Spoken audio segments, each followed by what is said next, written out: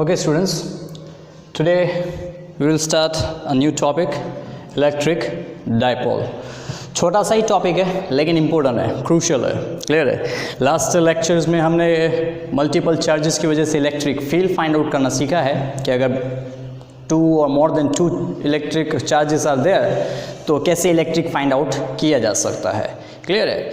तो point charge सीखा कि सिंगल पॉइंट चार्ज हो तो इलेक्ट्रिक फील्ड कैसे ढूंढी जा सकती है, more than 2 charges are there तो भी कैसे ढूंढा जा सकता है, क्लियर है। लेकिन इलेक्ट्रिक डाइपोल जो है वो एक स्पेशल केस है और ये टॉपिक इसलिए स्पेशल हो जाएगा क्योंकि इसकी इलेक्ट्रिक फील्ड फाइंड आउट करने के लिए हमें थोड़ा डिफरेंट वे यूज़ करना पड़ता है, थोड़ा डिफरेंट अप्रोच यूज़ करना पड़ता है, क्लियर है। तो जैसे हम अगर कर लेते हैं कि भाई हाँ अगर एक चार्ज है तो sir electric field find out करना सीखा, 2 चार्ज 3 चार्ज है तो उसी तरह से। लेकिन जब इलेक्ट्रिक डाइपोल होता है तो उसके लिए थोड़ा फॉर्मूला डिफरेंट होता है, क्लियर है। तो वही चीज़ हमें सीखना है। तो पहले हम देखेंगे इलेक्ट्रिक डाइपोल क्या है, क्लियर है।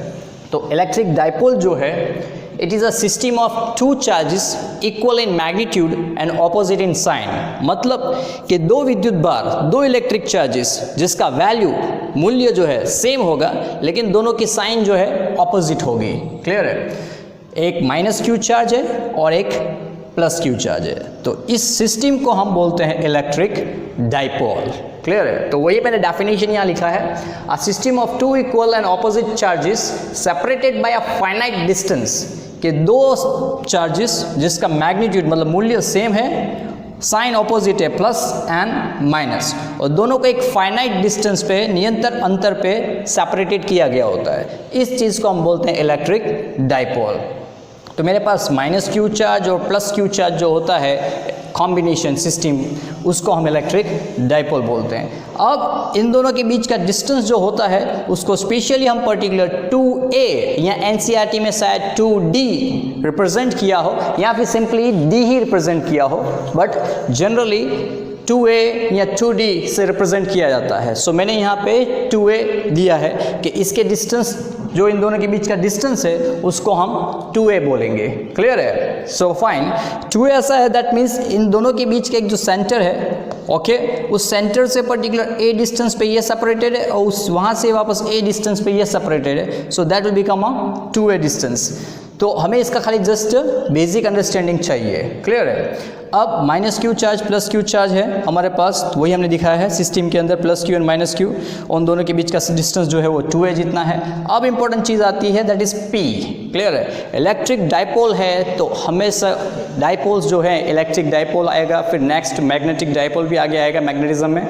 तो उनके डाइपोल मोमेंट होते हैं जो क्रूशल होते हैं, जो डायरेक्शन बताने के लिए इंपॉर्टेंट होते हैं मोस्ट प्रोबेबली, और इलेक्ट्रिक डाइपोल की पूरी इंफॉर्मेशन जो है उसके डाइपोल मोमेंट से पता चलती है। तो बेसिक जो है एटम में भी पर्टिकुलर आपने क्वांटम नंबर्स सीखे हैं, क्लियर है। तो उसमें भी पर्टिकुलर जो है स्पिन क्वांटम नंबर है, प्रिंसिपल क्वांटम नंबर है, क्लियर है, मैग्नेटिक क्वांटम नंबर है, क्लियर है। तो उसी हिसाब से पर्टिकुलर उसके डाइपोल से वो क्वांटम नंबर्स आइडेंटिफाई किए जाते हैं। जैसे स्पिन क्वांटम नंबर है या मैग्नेटिक क्वांटम नंबर जो है उसके अंदर उनके मैग्नेटिक क्वांटम नंबर के अंदर उसके डाइपोल मोमेंट की फॉर्मूला यूज्ड होती है। So that means dipole moment पता होना चाहिए। सो हमारे पास यहाँ पे p जो है वो डाइपोल मोमेंट है इलेक्ट्रिक डाइपोल का, क्लियर है। अब सर p क्या है? सो p जो है it is the product of magnitude of charge and the distance between them. So magnitude मतलब +q या -q दोनों का मैग्नीट्यूड सेम ही है, सो खाली मैग्नीट्यूड चाहिए, and distance between them, so distance जो है 2a। सो डाइपोल मोमेंट का यूनिट होगा कूलम मीटर, क्लियर है। So that's coulomb metre, coulomb charge का डिस्टेंस मीटर। अब ये वेक्टर क्वांटिटी है dipole moment, electric dipole moment जो है वेक्टर क्वांटिटी है। सो उसके पास डायरेक्शन भी है।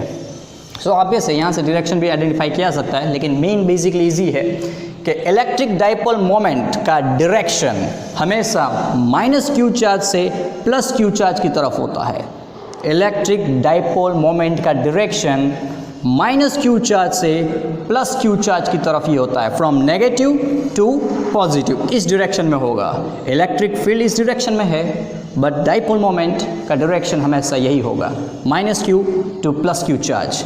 तो वही मैंने मेंशन किया है कि इलेक्ट्रिक डाइपोल मोमेंट जो है वेक्टर क्वांटिटी है और इसका direction from -q charge to +q charge होता है। तो ये बेसिक हमें पता होना चाहिए कि डाइपोल मोमेंट का डायरेक्शन हमेशा माइनस से प्लस की तरफ होता है, from negative charge to positive charge.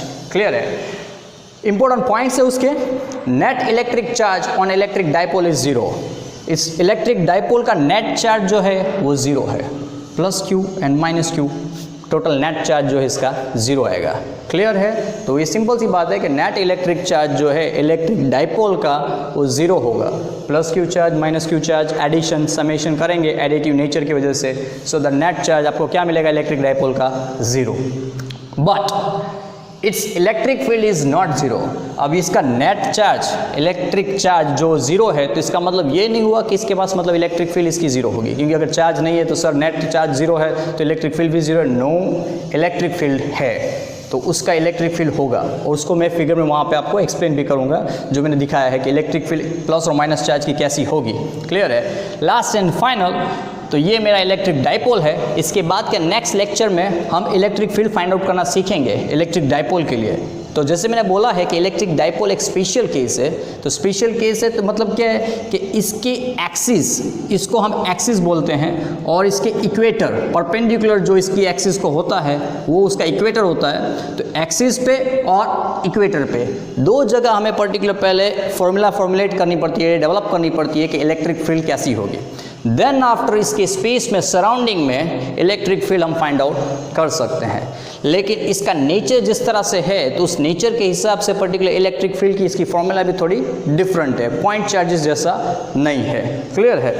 अब अगर ये होता है condition, if your charge goes to infinity, Q charge goes to infinity and the distance between them, दोनों के बीच का डिस्टेंस भी पर्टिकुलर 0 हो जाता है, टेंड्स टू 0, तो डाइपोल मोमेंट जो है आपके पास ये फॉर्मूला, तो उसका क्या होगा कि वो कहलाएगा point dipole. Then it will become a point dipole. Distance become tends to 0 and charge goes to infinity, so वो पर्टिकुलर जो है आपको पॉइंट डाइपोल की तरह उसको आप ट्रीट कर सकते हैं। लेकिन हमारे कोर्स के अंदर पॉइंट डाइपोल है नहीं, हमारे पास पर्टिकुलर जो है इलेक्ट्रिक डाइपोल ही है। So we will study about that one. Clear है? और लास्ट एंड फाइनल जो मैंने बताया था कि -q चार्ज और +q चार्ज है तो इसकी इलेक्ट्रिक फील्ड 0 नहीं होगी। तो सबसे पहले मतलब जो इलेक्ट्रिक फील्ड शुरू किया था उसके अंदर हमने पर्टिकुलर डायरेक्शन समझा था कि पॉजिटिव चार्ज से electric field lines radially outward जाती है और नेगेटिव के लिए रेडियली इनवर्ड होती है। तो मेरे पास ये समझो कि पॉजिटिव चार्ज और नेगेटिव चार्ज मतलब +q charge and -q charge ही है ये दोनों। तो इलेक्ट्रिक फील्ड लाइन्स जो है कुछ इस तरह से निकलेगी और नेगेटिव की तरफ जा रही होगी। क्लियर है? फाइन। तो ये इतने सराउंडिंग पोर्शन का सिनारियो है। But when you go further, space में दूर दूर आप जब जाएंगे तो वहाँ पे इलेक्ट्रिक फील्ड लाइन्स थोड़ी डिफरेंट हो जाती है, इजी नहीं होती है, बराबर, तो वो टफ हो जाता है काम। लेकिन फर्स्ट ऑफ ऑल हम जो फोकस करेंगे वो इतने पोर्शन में क्वेश्चन करेंगे। एक तो ये पोर्शन है दैट एक्सिस की इलेक्ट्रिक डाइपोल की एक्सिस पे इलेक्ट्रिक फील्ड कितनी होगी, एंड देन आफ्टर इसको परपेंडिकुलर जो है 90 डिग्री पे वहाँ इक्वेटर पे इलेक्ट्रिक फील्ड कितनी होगी। अब वो फॉर्मूला डेवलप हो जाते हैं तो उससे क्या है कि आप 0 डिग्री से लेके 90 डिग्री तक जा रहे हैं और फॉर्मूला डेवलप किया है तो उसके बीच में पोर्शन में कहीं पे भी एंगल लगा के आप इलेक्ट्रिक फील्ड फाइंड आउट कर सकते हैं। So this was short and sweet, but बहुत इंपॉर्टेंट है। इसके बाद का जो नेक्स्ट है वो इलेक्ट्रिक डाइपोल की एक्सिस के ऊपर और इक्वेटर पे हमें इलेक्ट्रिक फील्ड फाइंड आउट करनी होगी। तो वो बेसिकली आपको इलेक्ट्रिक डाइपोल पता होना चाहिए कि क्या है, और dipole moment most important part उसका, क्योंकि डाइपोल मोमेंट ही हमको आगे फॉर्मूला में यूज़ होने वाला है। Thank you.